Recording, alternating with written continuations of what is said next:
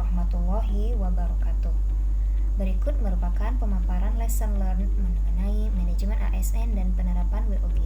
Manajemen ASN mengatur dan menjelaskan beberapa hal, diantaranya adalah kedudukan, fungsi, tugas dan peran ASN, hak dan kewajiban ASN, kode etik, serta sistem merit. Kedudukan ASN yaitu sebagai unsur aparatur negara yang menjalankan kebijakan yang ditetapkan oleh pimpinan instansi pemerintah, serta harus bebas dari pengaruh dan intervensi semua golongan dan partai politik. ASN terdiri atas PNS dan PPPK. PNS merupakan pegawai ASN yang diangkat sebagai pegawai tetap oleh pejabat pembina kepegawaian dan memiliki nomor induk pegawai secara nasional. Sedangkan PPPK atau pegawai pemerintah dengan perjanjian kerja merupakan pegawai ASN yang diangkat sebagai pegawai dengan perjanjian kerja oleh pejabat pembina kepegawaian sesuai kebutuhan instansi pemerintah dan ketentuan undang-undang. Contoh dari ASN adalah instruktur.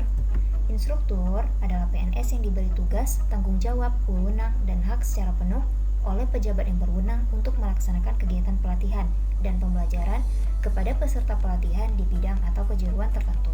Instruktur sebagai ASN memiliki kewajiban-kewajiban sesuai dengan UU ASN nomor 5 tahun 2014. Kewajiban-kewajiban tersebut diantaranya adalah setia dan taat kepada Pancasila, Undang-Undang Dasar 1945, Negara Kesatuan Republik Indonesia, dan pemerintahan yang sah. Kemudian menjaga persatuan dan kesatuan, melaksanakan kebijakan yang dirumuskan pejabat yang berwenang, menaati ketentuan perundang-undangan, melaksanakan tugas kedinasan dengan penuh pengabdian, kejujuran, kesadaran, dan tanggung jawab. Kemudian, menunjukkan integritas dan keteladanan dalam sikap, perilaku, ucapan, dan tindakan, menyimpan rahasia jabatan dan hanya mengemukakan sesuai ketentuan undang-undang, dan bersedia ditempatkan di seluruh wilayah Negara Kesatuan Republik Indonesia. Selain kewajiban, ASN juga diberikan hak. Adapun hak yang diberikan kepada keduanya, baik PNS maupun PPPK, adalah gaji dan tunjangan, cuti, perlindungan, pengembangan kompetensi. Hak yang diberikan hanya kepada PNS saja meliputi fasilitas, jaminan pensiun, dan jaminan hari tua. Fungsi, tugas, dan peran ASN. Fungsi ASN adalah sebagai pelayan publik, pelaksana kebijakan publik, dan perekat dan pemersatu bangsa.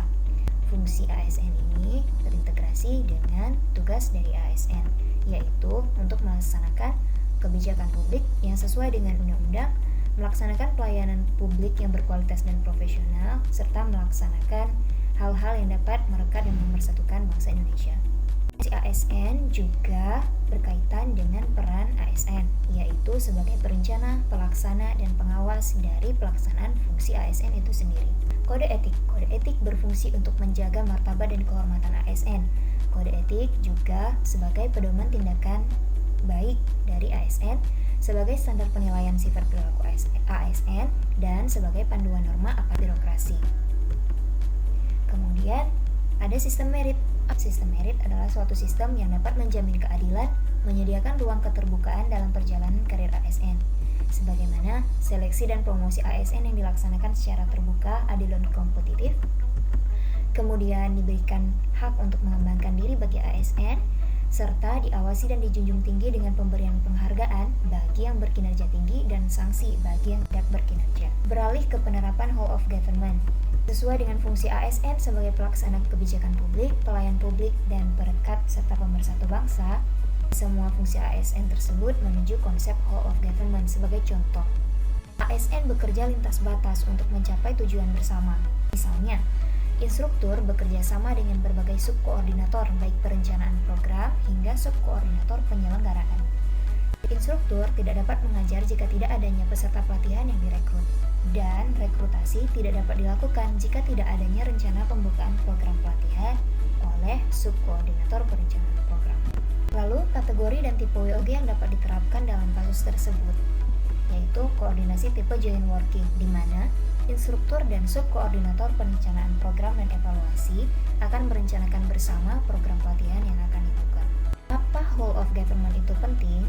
Karena dalam pelaksanaan setiap tugas dan fungsi di suatu unit organisasi dibutuhkan adanya komunikasi, kolaborasi, dan sinergitas untuk mencapai pelayanan publik yang maksimal optimal. Sekian mengenai manajemen ASN dan whole of government. Terima kasih.